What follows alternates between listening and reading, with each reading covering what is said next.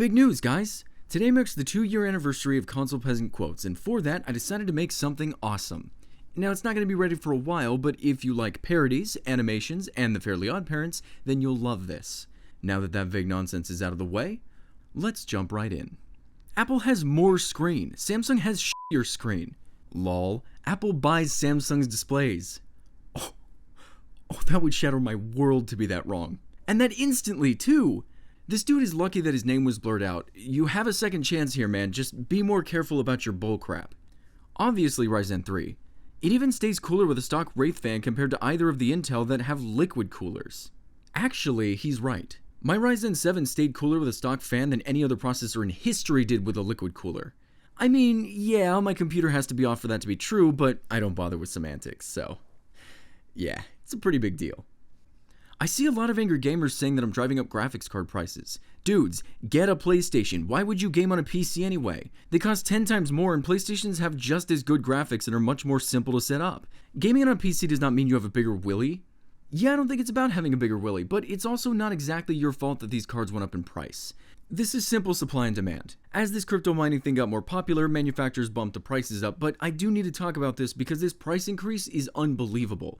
Before this crypto mining phase, a 1080 Ti went for about $700. Right now, they're around $1,400. It actually seems most of these cards doubled in price, which is just unreasonable and honestly, not a smart move from these manufacturers. See, internet fads die out just as fast as they start. Pokemon Go, Hatchimals, the Harlem Shake, Beanie Babies, they die out. And this crypto mining thing will most likely do the same once people realize they're not getting rich instantly.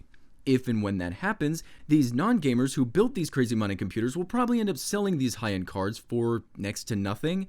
I expect to see a 1080 Ti going for about $300-400. And if this happens as the new generation of graphics cards are coming out, this may not fare too well for these manufacturers who got greedy this generation. So yeah, if you're out there right now wanting a gaming PC but it's just not affordable, don't worry, it's gonna even out eventually.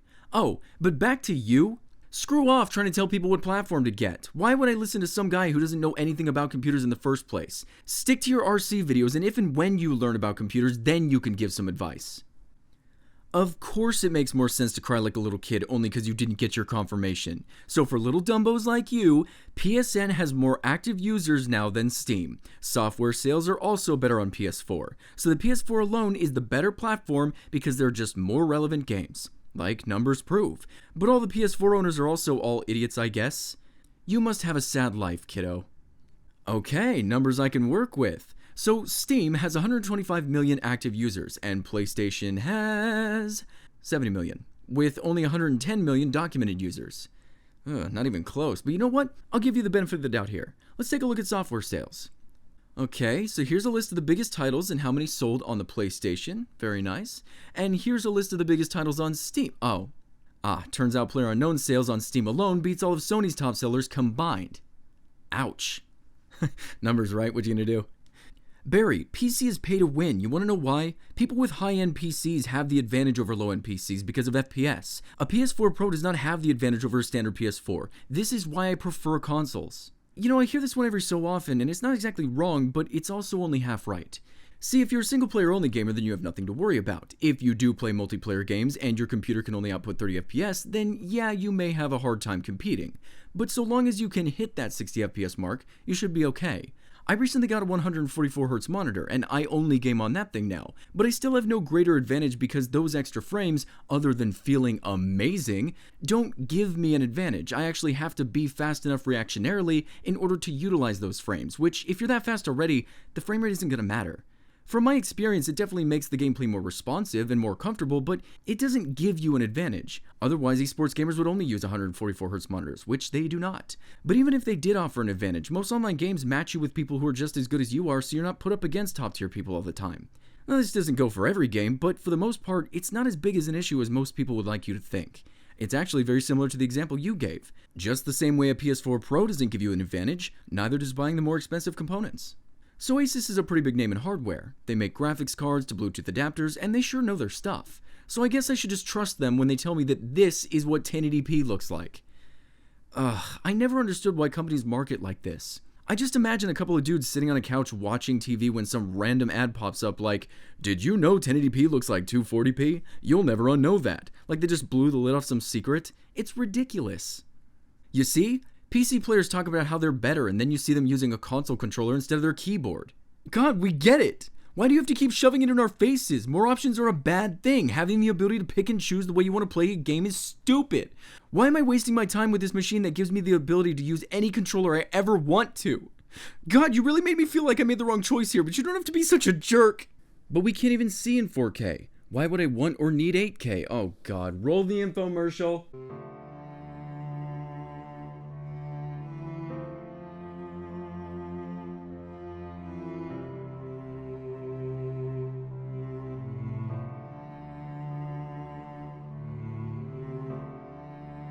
There's only one screen.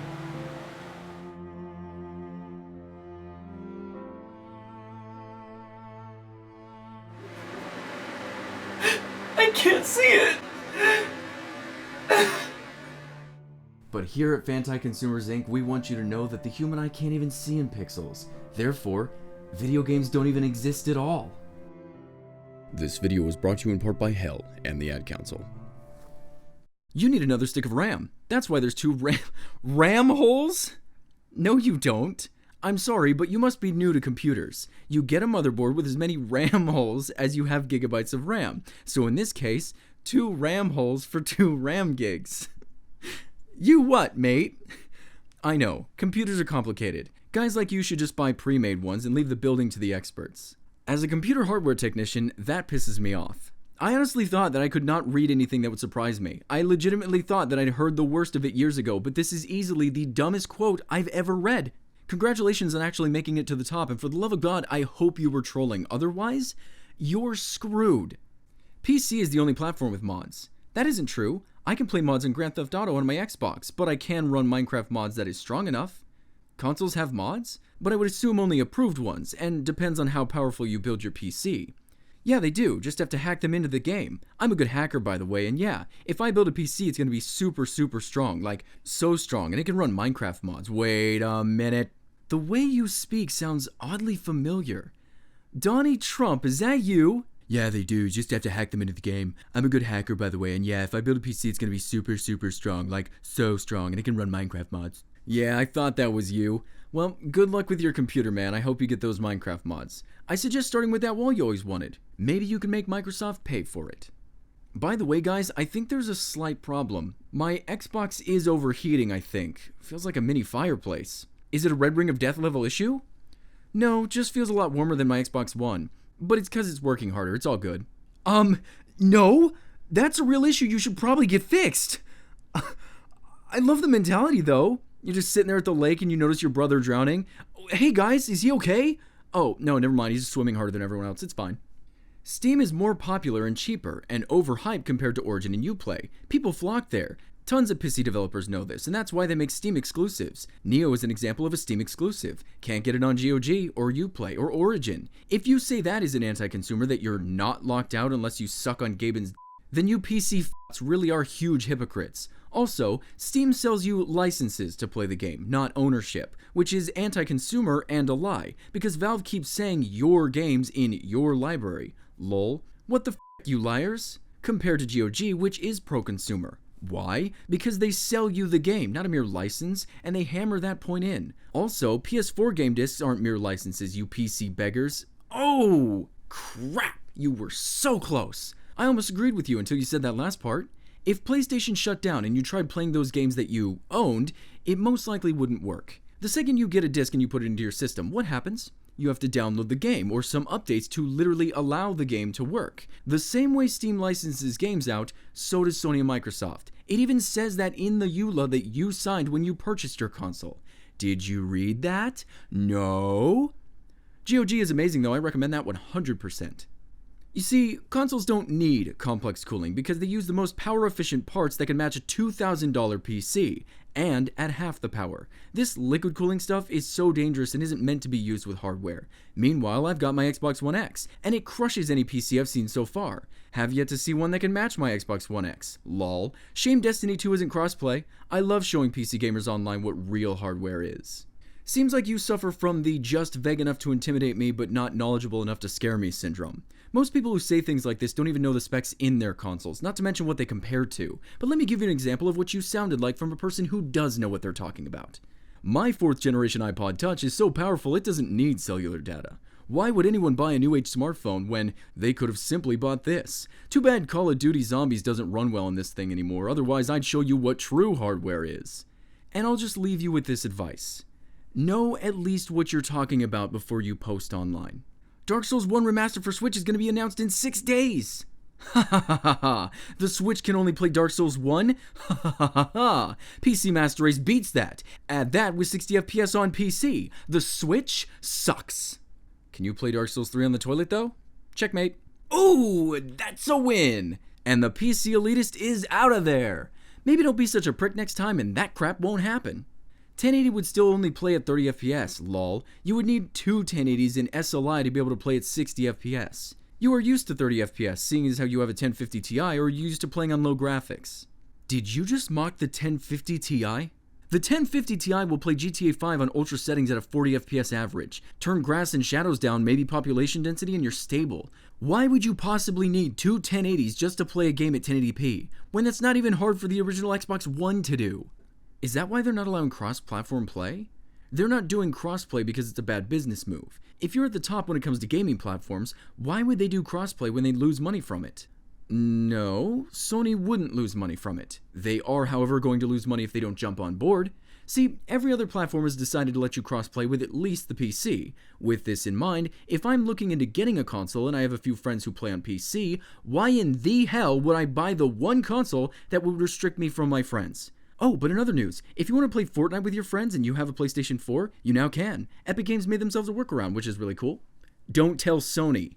I honestly can't wait for it. It'll be my mainly console for the rest of this gen. I have every console anyway, and a PC, but I like consoles more. I'll always pick the most powerful condom to play my multiplats. That's gross and personal, and I didn't need to know that.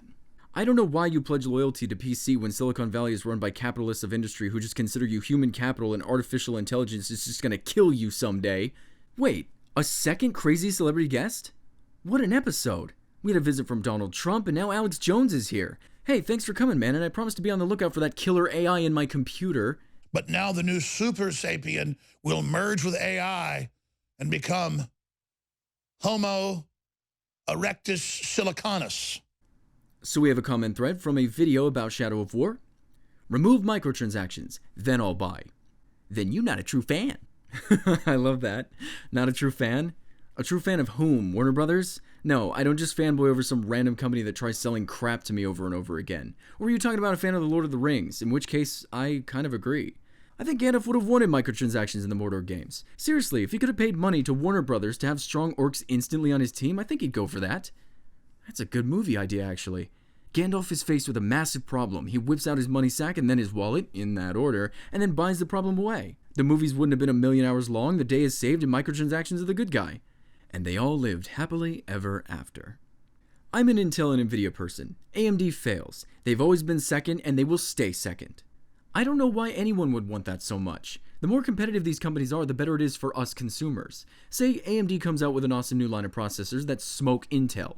Intel makes the new line and drops the price below the AMD chips. All the while, we reap the benefits of that. Or we can stick with your way where one company dominates and controls the market, only making little jumps in progress and charging mountains for it because what are you going to do about it? I'm rooting for the bottom dog every time. Alright guys, it's that time again where I leave you with a video to chew on. This is another Fox News report about how the Nintendo DS is dangerous. Enjoy. Nintendo DS is going to redefine portable handheld gaming the way iPod is redefining music. Well, stop the music, because it's also redefining how vulnerable your kids are to child molesters. You see, along with the game capability, Nintendo DS comes with a feature called PictoChat. Well, let me explain. You open the DS unit, you turn it on, you push PictoChat, and your DS unit is an open book. Anyone can write your child messages, send them sketches, anyone who has a DS unit. It's that simple. That means a molester driving along could see your child in the back seat and start sending messages while you're in the front seat, totally oblivious to what's happening.